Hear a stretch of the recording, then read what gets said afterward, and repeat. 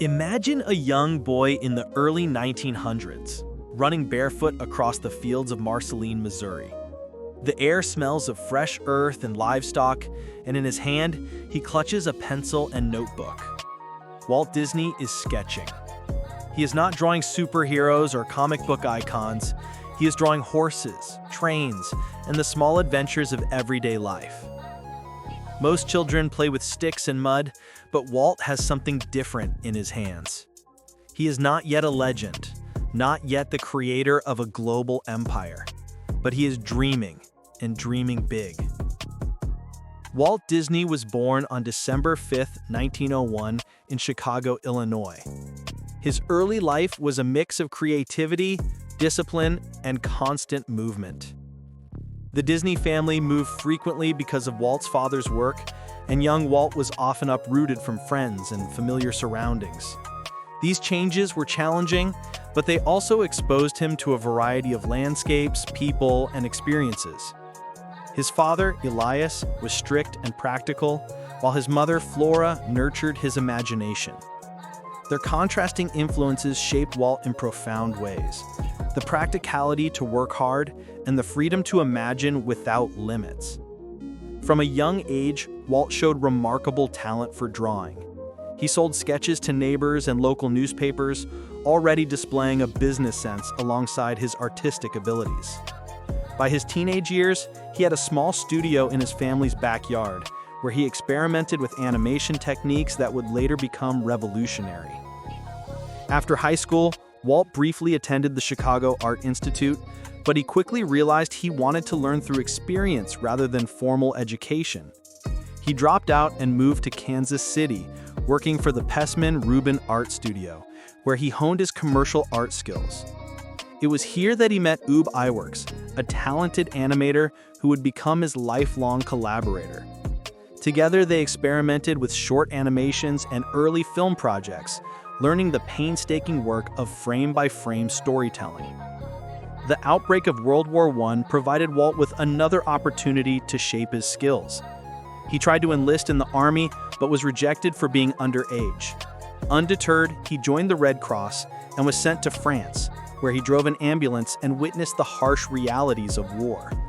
These experiences gave him a deeper understanding of human emotion, struggle, and resilience, themes that would later appear in his stories and characters. Returning from the war, Walt resumed his work in animation and film. He and Ub Iwerks founded a small animation studio in Kansas City, producing a series called the Alice Comedies, which combined live-action footage with animated characters. Despite early success, the studio struggled financially, and Walt eventually closed it. Many would have given up, but Walt saw failure as part of the journey. He moved to Hollywood, a city brimming with opportunity and risk, ready to start over. In Hollywood, Walt and his brother Roy founded the Disney Brothers Studio in 1923. Their first major hit was a short film series featuring a character named Oswald the Lucky Rabbit. It was clever, whimsical, and innovative, yet it came with a harsh lesson. Walt lost the rights to Oswald in a contract dispute with his distributor. This setback could have ended his career, but instead, it sparked creativity. Walt vowed never to lose control of his creations again. Out of this loss came Mickey Mouse, a character who would become an icon of animation and popular culture. Mickey's first sound cartoon, Steamboat Willie, premiered in 1928 and was an immediate sensation. The film was innovative not just for its storytelling, but for its synchronization of sound and animation. Audiences were captivated, and Walt's career began to soar.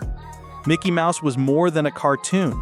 He was the embodiment of optimism, ingenuity, and charm.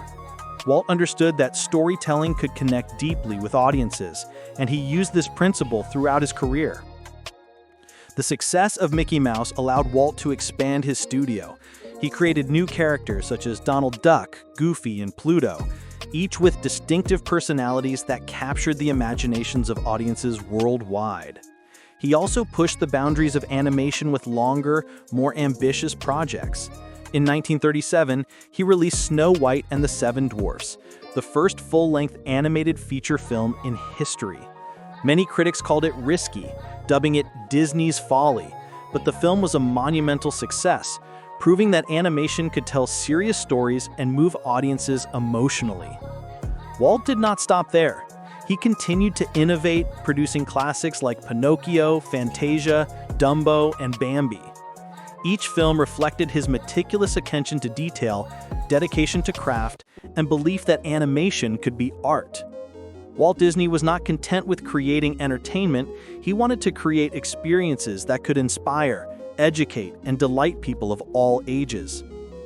Beyond films, Walt envisioned a new kind of entertainment, a theme park where families could immerse themselves in his worlds.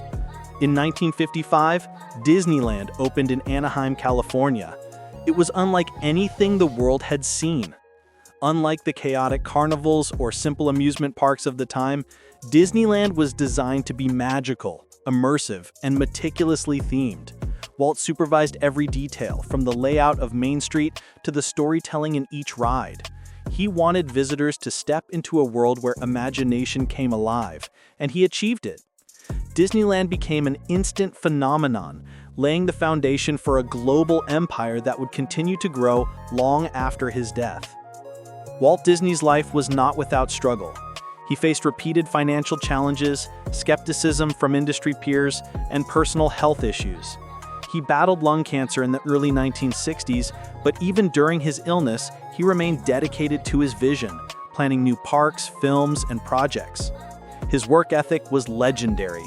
He believed in hard work, perseverance, and the power of ideas. Walt's influence on culture is immense. He pioneered the animation industry, created characters that have become universal symbols, and transformed entertainment into an art form capable of storytelling, emotion, and imagination.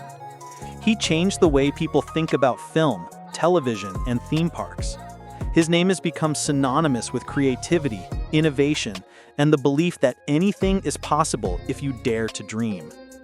Walt Disney died on December 15, 1966, but his legacy lives on in every cartoon, every theme park, and every piece of media inspired by his vision.